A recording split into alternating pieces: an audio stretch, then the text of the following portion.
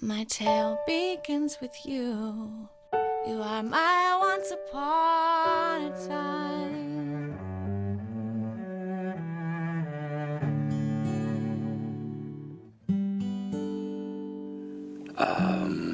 Well, no one's ever asked me that before. What is your story? Your tale? My tale? Does it include a cat? Or a dog? Our neighborhoods are populated by people and pets, with stories we never hear, the stories we never ask about. So we went across the country and found amazing tales of family and fun. Tales of healing, humor, partnership, and love. And we discovered that the stories we live are tales that will touch your heart. I've heard that you got a story to tell. They say that you got a tale. So I'm here to hear what you got to say. Yeah, yeah, yeah. So draw me a picture and bring it to life. I wanna see into, so won't you begin to tell me the tale your heart can't hold inside. Inside. Tell me your tale. Ooh.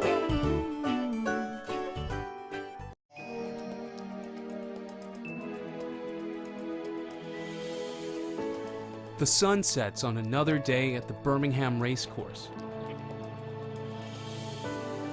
For 4 greyhounds, tonight will be the last weigh-in.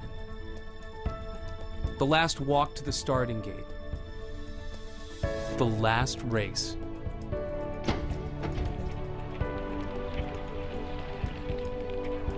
And as they turn down the stretch run for the final time, their future is being planned 500 miles away. Hey, beautiful. How you doing? Helen Johnson teaches history downtown at Cincinnati's College Preparatory Academy. So you know what your assignment is. My tale is a teacher that has a mission on my downtime.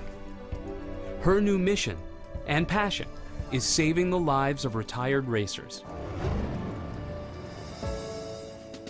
Helen is part of Queen City Greyhounds, an organization of dedicated volunteers finding homes for retired racers. And she started racing at 18 months. She only raced for 6 months. They work with Birmingham kennel master Bob Street, known as Pops. He's so gentle with them, and when I went to the track the first time, I wasn't sure what to expect because I'm a softie and I was scared. I was terrified. And all I saw from Bob was, I want what's best for these dogs. In all God's creation, I think they're one of the masterpieces. They are magnificent athletes. It's like a racehorse, you know, it's like watching racehorses. That's what they're born to do. It's to see that body just extend poetry in motion. It's just beautiful. The ideal situation is to come to my house when they're done and let me show them how to be a pet. Every day, Pops monitors his racers, and when their racing days are over, he personally drives them north to meet the Queen City group in northern Kentucky. He has a love that not every kennel manager has. Bob actually comes up on his own money, and we didn't realize that the owners didn't pay his gas. He told us one time that he needed a set of tires. So as a group, we all went together and got a brand new set of tires for his truck. It's a very symbiotic, very mutually beneficial relationship. And he wants his dogs saved. He wants them placed. That's my boy. When they come off the truck, it's just awesome. Welcome.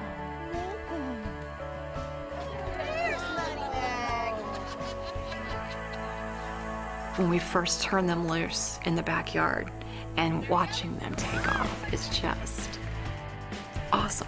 We know they're wearing that racing muzzle for the last time. And it's, you know, seeing Bob and knowing he's put his heart and soul into bringing these dogs up. They're such an affectionate breed that they're always trying to please you, is what it boils down to. And my reward out of it is knowing that they're, you know, they're getting homes, they're getting good homes by dealing with groups like Queen City.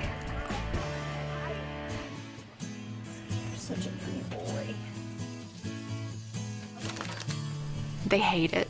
They hate it. They're like children. They would much rather play than take a bath. Just bathing them is so much fun. Good boy, Cruz.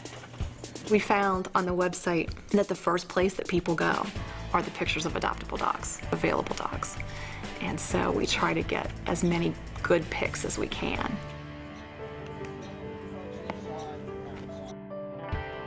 After the newly retired racers have made new friends, been groomed and photographed, they are taken to foster homes, like Helen's, where they learn from Keely and Marissa and wait for their forever family.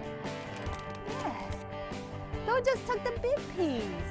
She just took the big piece. I knew I wanted a greyhound because that was that perfect mix between small dog personality and big dog body. So many people think greyhounds are high maintenance. They think they have to have tons of room to run. They have to have a huge backyard. They're like little Jack Russell Terriers bouncing off the walls, and nothing could be further from the truth. They're more like cats than they are dogs. As the retired racers get used to living in a house rather than a kennel, Helen and the others share their love of this amazing breed at meet and greets. I guess I sort of thought all greyhounds were gray. Yeah, that's common. Okay.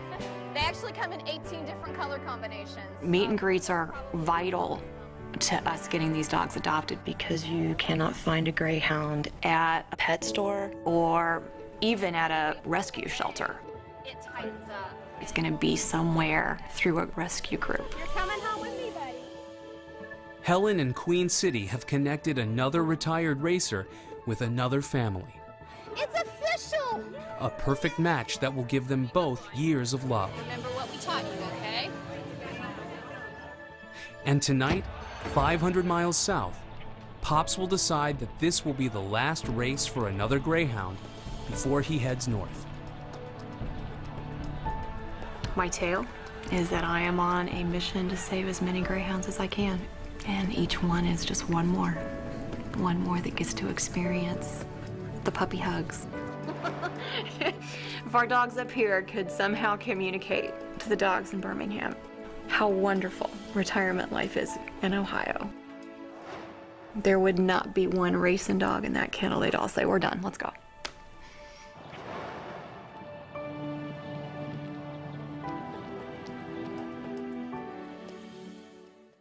Our tales of love. If I could write the perfect book, my leading character would look a lot like you. Charm and dance through every chapter, bringing happily ever after as you do. And as my story would unfurl, you'd be the star, you'd get the girl. You'd be the friend, you'd be the sleuth who solves the crime. So here's my perfect tale. You are my once upon a time. My tale begins with you. You are my once upon a time.